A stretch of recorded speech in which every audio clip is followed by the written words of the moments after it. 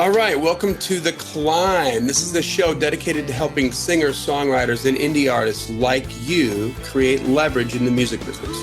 As a matter of fact, that is literally what the C.L.I.M.B means. It's an acronym that stands for Creating Leverage in the Music Business. Let me introduce you to my co-host on the C.L.I.M.B, Brent Baxter.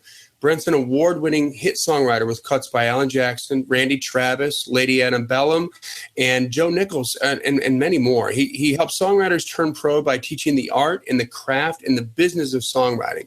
And you can find Brent on manvsrow.com. That's manvsrow.com. Hey, Brent.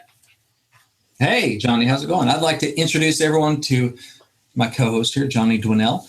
Johnny owns Daredevil Production. It's an innovative artist development company. Not only do they develop and improve your artistry, they also grow and monetize your fan base, creating cash flow. Daredevil has worked with multi-platinum artists like Colin Ray, Tracy Lawrence, Ty Herndon, and Andy Griggs, just to name a few. You can find Johnny at daredevilproduction.com. That's production, singular, no S. Hey, Johnny. What's up, buddy? How are you? I'm happy to be here. We got a lot of cool stuff to talk about today. Yes, this is your episode. We're going to talk about what you're driving the bus today. What do you want to talk about? I want to talk about what's going on in the marketplace, just an overall what happened to the music industry. There's a lot of people lamenting what happened in the music industry.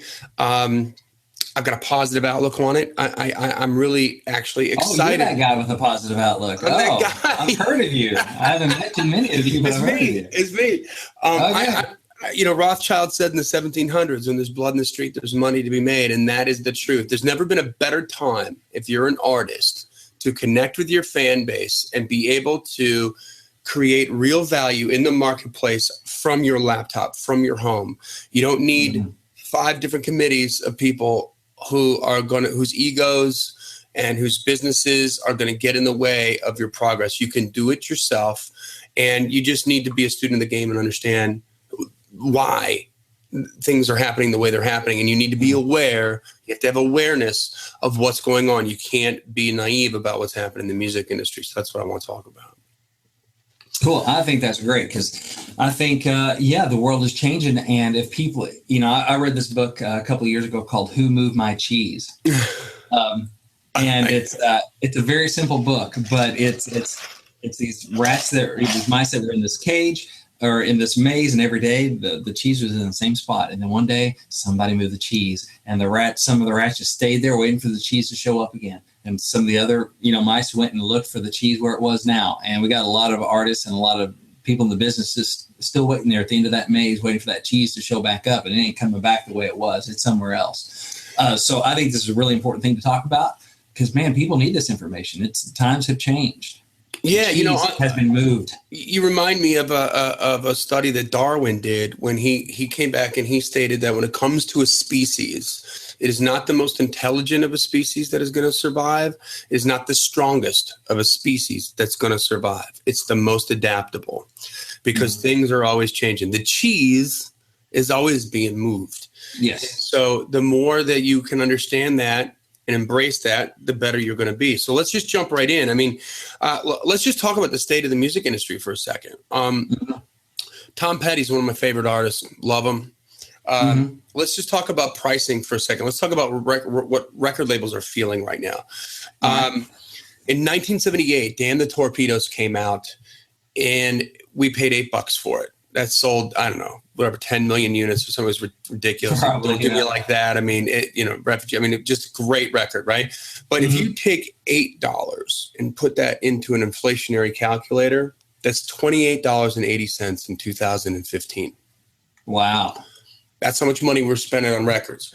As a point of comparison, Tom Petty's new record, Hypnotic Eye, which just came out in the last 6 months, you can buy that on iTunes for $10.99. Wow. So in 2015 dollars, that's over 50% cut in what people are actually paying for that whole 62%. The widgets are down by 62%. Wow. So imagine if you're McDonald's, the dollar menu, and instead of getting $1 for a hamburger, now you're only getting 38 cents. Right. That'd be good for the consumer, not so much good for McDonald's. That's right. Not good for McDonald's. Now, let's take a unit comparison here. We've got the best-selling country music record 10 years ago is Shania Twain's Up.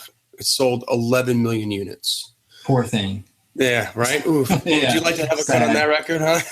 Yes. Now, this past year, 2014, the best-selling country music record of 2014 with Jason Aldean's Old Boots, New Dirt sold barely 1 million units.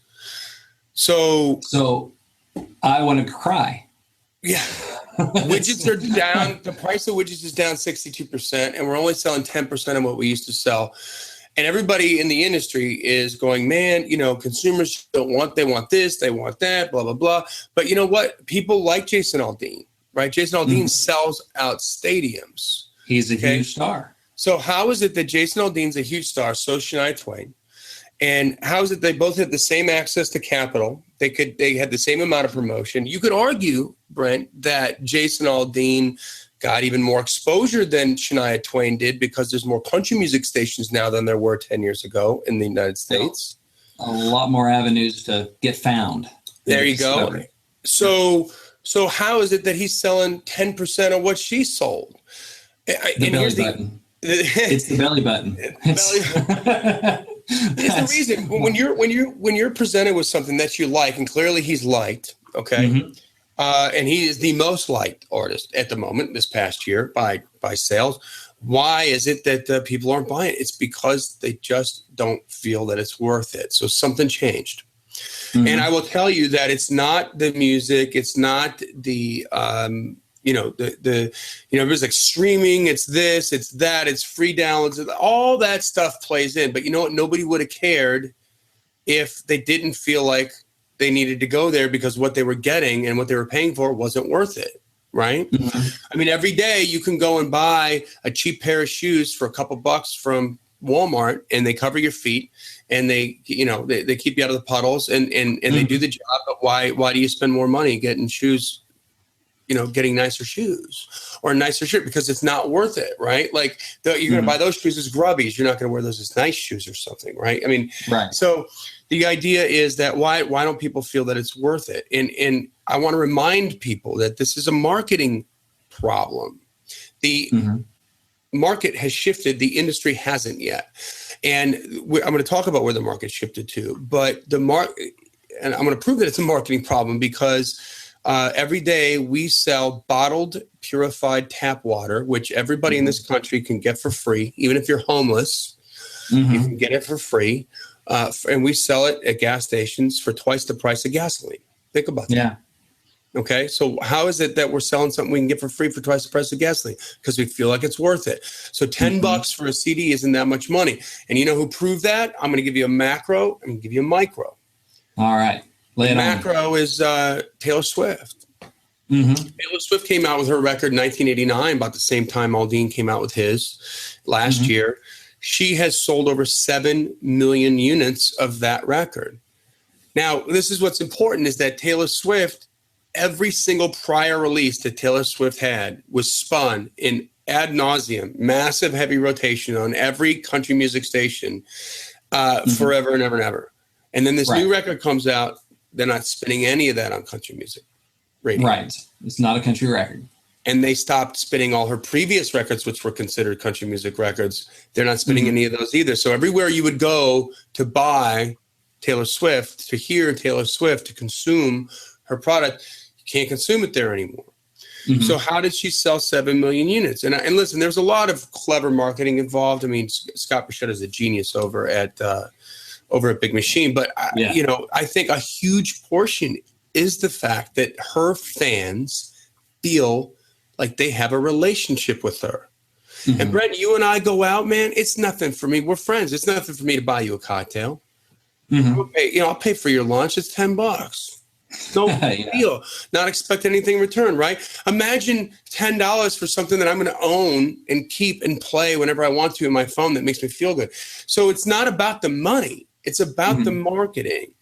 And on a micro level, any artist, any independent artist who has the wherewithal to write a bunch of songs, who has the wherewithal to scramble some money up and go into a recording studio and record them, no matter how good the quality is, who has the wherewithal to take those mixes from that recording studio and get them mastered and then send them to duplication and get, 1,000 CDs duplicated and shrink wrapped with artwork and gets them in a box to sell, never has a problem selling the first 50 CDs. Right. Who's buying them? Friends and family. Relationships, right? So artists, your number one goal here, and this is where the industry's failing, okay? But artists like Taylor Swift are not. Artists like Granger Smith, aka Earl Dibbles Jr., who has a $1.8 million business a year, strictly online without any major label backing, completely independent. Okay, he just signed a deal now, but I mean, this is years before that. But he did all this on his own. The blueprint. This is not pie in the sky. This is not a hypothesis. This is already happening every single day, and you can be that artist. If you are a small eclectic artist whose music is only going to resonate with like pale young Asian boys under the age of 14 with freckles and red hair, that club is out there, and we can find them. And you can connect with them, and you can create a relationship with them. And if you move them enough in their soul, they'll buy your product. Yeah. It's about a relationship. And that's where I think that artists are failing. The record label, they're not going to develop you anymore. They can't afford to. How can they afford to do that? Well, I mean, imagine at your job, whatever your job is, artist, whatever your side gig is, if you're selling cheeseburgers or you're bartending or you're in construction, if they came in and they said, hey, listen, we're going to cut your pay by 62% and we're only going to let you work 1 out of every 10 days that you've been working. Could you survive? No. So how are the record? I mean, it's amazing the record labels are still around. Right? Because that's what's happened to them. So they're not in the business of really developing artists anymore. They're in the business of buying small businesses. They're acquisition based. Well, that's what that Granger Smith thing you're talking about. He already had a successl small business, and not even that small. I mean, $1 million a year over that. But he built it up from nothing, didn't he? And there's four people behind the curtain on that. Granger, his brother, the lawyer, and the lady that owns the PR firm. I mean, and they're doing all the work. Man, that's great. $150,000 a month in sales. That's awesome. So the record label, they aren't interested in him to develop him. They just want to take a small business that he's already has going successfully and try to add a couple zeros to the end of it. Right. Add some zeros at the top and create some more zeros at the bottom and make that happen. And that's really where I think their power is going to become. I mean, they're not making the kind of money. I mean, if you think about if we could get $28.80 for a record and you could sell 10 million records, that's $280 million. That's $250 million of revenue. Okay. Right. That pay and the record cost what to promote, maybe $3-4 million to make it and promote it, maybe a couple more. And that's your return. That's the return. That's the way it used to be on the big ones. Right. And so it was worth it to invest in small ones that weren't going to make any money and throw some spaghetti against the wall to see if it was going to stick or not. You just need 1 or 2 cash cows and you're good.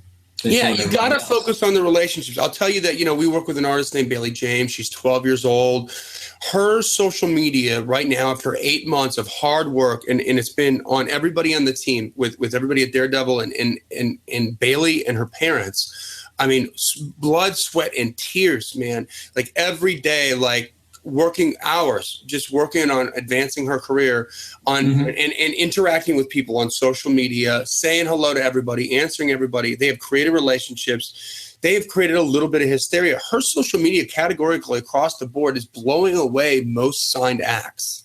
Wow. I'm proud to say, like not stars, but signed acts. And some of the, I'll tell you this, that some of the percentages are even beating out stars. Like on Instagram, this girl's got 26,000 Instagram followers with every post she puts up, she gets like 600, a solid average of 600 likes and a solid edge of 85 comments. So the amount of, it takes a lot more to comment, right? It's a lot more energy to comment than it does just to press like. And it takes some kind of energy, some kind of impact to make somebody like something, right? That many people per post.